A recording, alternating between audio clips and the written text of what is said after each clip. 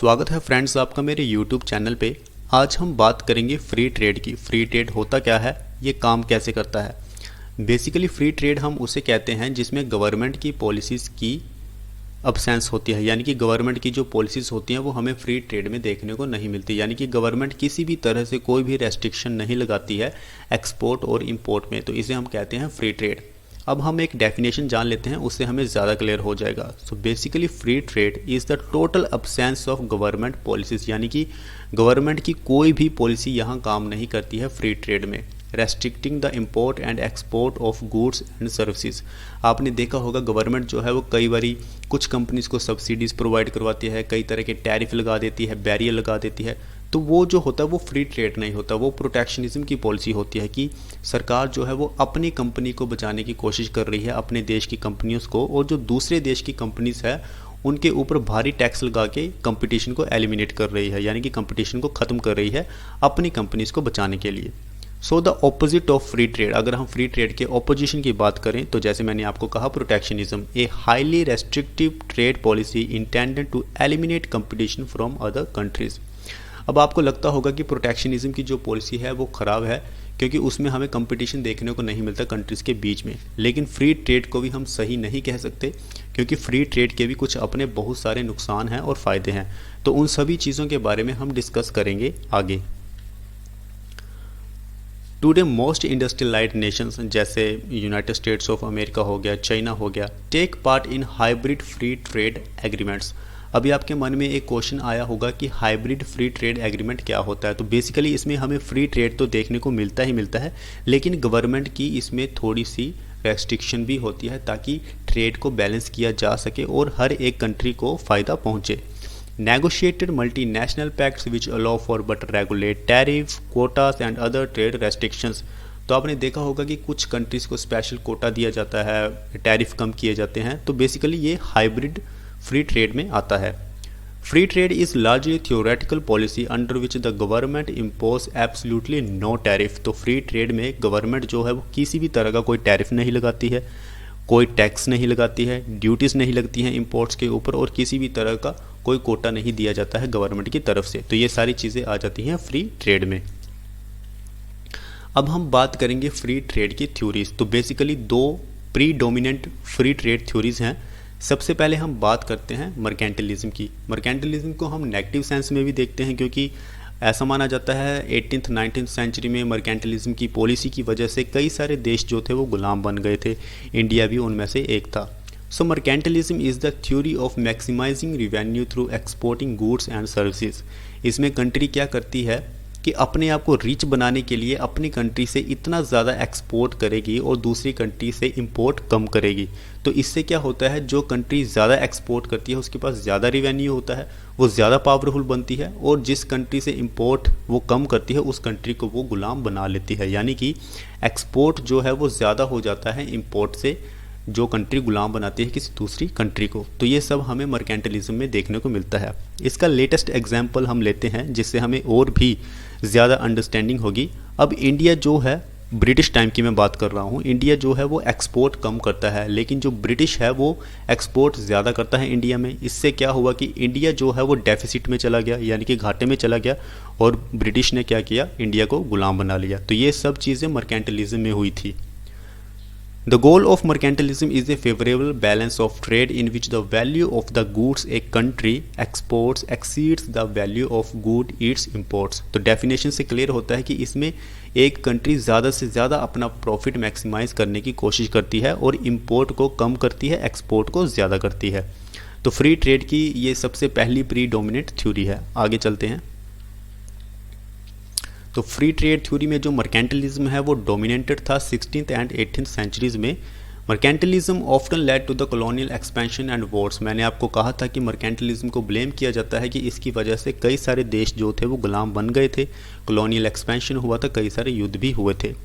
अब free trade theory में दूसरा सबसे इम्पोर्टेंट है कंपैरेटिव एडवांटेज। अब आप पूछोगे कि ये कंपैरेटिव एडवांटेज क्या है, तो डेफिनेशन पढ़ने से पहले हम एक छोटा सा एग्जाम्पल ले लेते हैं। मान लीजिए चाइना है और इंडिया है, ठीक है। कुछ प्रोडक्ट्स ऐसे हैं जो चाइना भी बना लेता है और कुछ प्रोडक्ट्स ऐसे हैं जो इंडिया भी बना लेता है, ठीक है। लेकिन इंडिया के कंपेयर में चाइना जो है वो उस प्रोडक्ट्स को काफ़ी सस्ते में बना लेता है, जिसकी वजह से सबको बेनिफिट होता है, कंज्यूमर जो होता है वो उसको सस्ते में खरीद लेता है। लेकिन इंडिया के केस में इंडिया उन प्रोडक्ट्स को काफ़ी महंगे में बनाता है। तो ये चीज़ें आ जाती हैं कंपैरेटिव एडवांटेज में, ठीक है। Comparative advantage holds that all countries will always benefit from cooperation and participation in free trade. तो जैसे फ्री ट्रेड होता है तो इसमें सभी कंट्रीज़ की पार्टिसिपेशन होती है, कोऑपरेशन होता है, जिससे कंज्यूमर को काफ़ी ज़्यादा बेनिफिट मिलता है। कंपैरेटिव एडवांटेज के साथ साथ हम एक और कॉन्सेप्ट समझ लेते हैं जिसे हम बोलते हैं एब्सोल्यूट एडवांटेज। एब्सोल्यूट एडवांटेज में क्या होता है कि एक प्रोडक्ट है जो सिर्फ और सिर्फ चाइना ही प्रोड्यूस कर सकता है, इंडिया उसको प्रोड्यूस नहीं कर सकता। तो चाइना के पास इस समय एब्सोल्यूट एडवांटेज है, यानी कि चाइना ही सिर्फ उस प्रोडक्ट को बना सकता है। तो कंपैरेटिव एडवांटेज में और एब्सोल्यूट एडवांटेज में यही डिफरेंस था। कंपैरेटिव एडवांटेज का कॉन्सेप्ट हमें देखने को मिलता है डेविड रिकार्डो की एक किताब है जो 1817 में लिखी गई थी, principles of political economy and taxation में। तो कंपैरेटिव एडवांटेज का जिक्र हमें उसमें ही देखने को मिलता है। The law of comparative advantage refers to a country's ability to produce goods and provide services at a lower cost than other countries. जैसे मैंने इंडिया और चाइना का एग्जाम्पल लिया था, वही चीज़ इस स्टेटमेंट में भी अप्लाई होती है कि कोई एक कंट्री है जो काफ़ी ज़्यादा प्रोड्यूस कर पाती है और दूसरी कंट्री जो है वो सेम प्रोडक्ट को प्रोड्यूस करती है लेकिन कम करती है और काफ़ी हाई वेजेस में, हाई लेबर में करती है। Comparative advantage shares many of the characteristics of globalisation. तो कई सारी खूबियाँ हमें कंपैरेटिव एडवांटेज की ग्लोबलाइजेशन में भी देखने को मिलती है। आज के समय की बात हो रही है।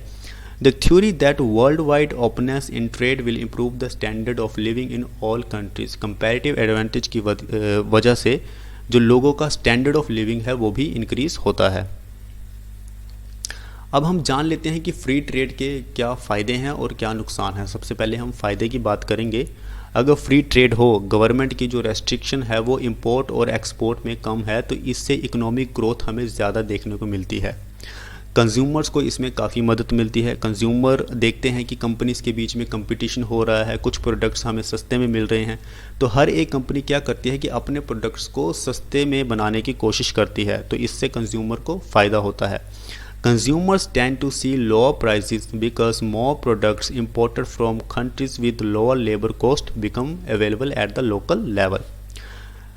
उससे अगला जो फ़ायदा है इसका, it increases the foreign investment. जब गवर्नमेंट की बहुत ही कम रेस्ट्रिक्शन होगी तो ऑफ कोर्स उस कंट्री में फ़ॉरेन की जो इन्वेस्टमेंट होगी वो हमें ज़्यादा से ज़्यादा देखने को मिलेगी।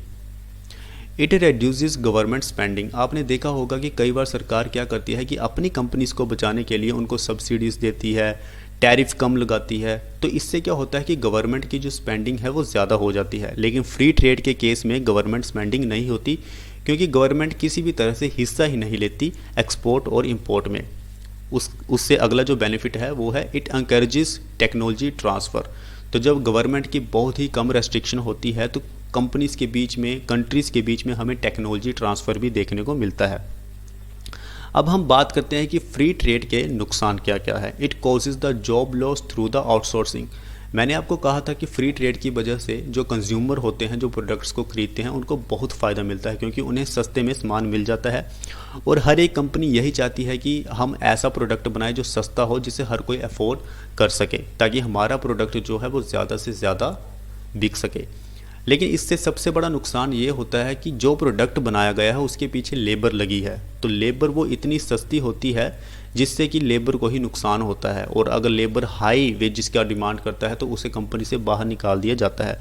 तो यही है job loss through the outsourcing. अगला है जो इसका सबसे बड़ा नुकसान है, it encourages the theft of intellectual property. मैंने आपको बताया था कि जब गवर्नमेंट का कोई रोल ही नहीं होगा फ्री ट्रेड में, तो गवर्नमेंट क्यों इंटेलेक्चुअल प्रॉपर्टी को प्रोटेक्ट करेगी, उनका कोई लेना देना नहीं है। तो इससे क्या होता है कि कंपटीशन जो है वो एलिमिनेट होता है, क्योंकि एक कंपनी ने अगर कोई प्रोडक्ट बनाया है तो उस कंपनी के उस प्रोडक्ट को, उस टेक्नोलॉजी को चोरी कर लेती है कोई दूसरी कंपनी।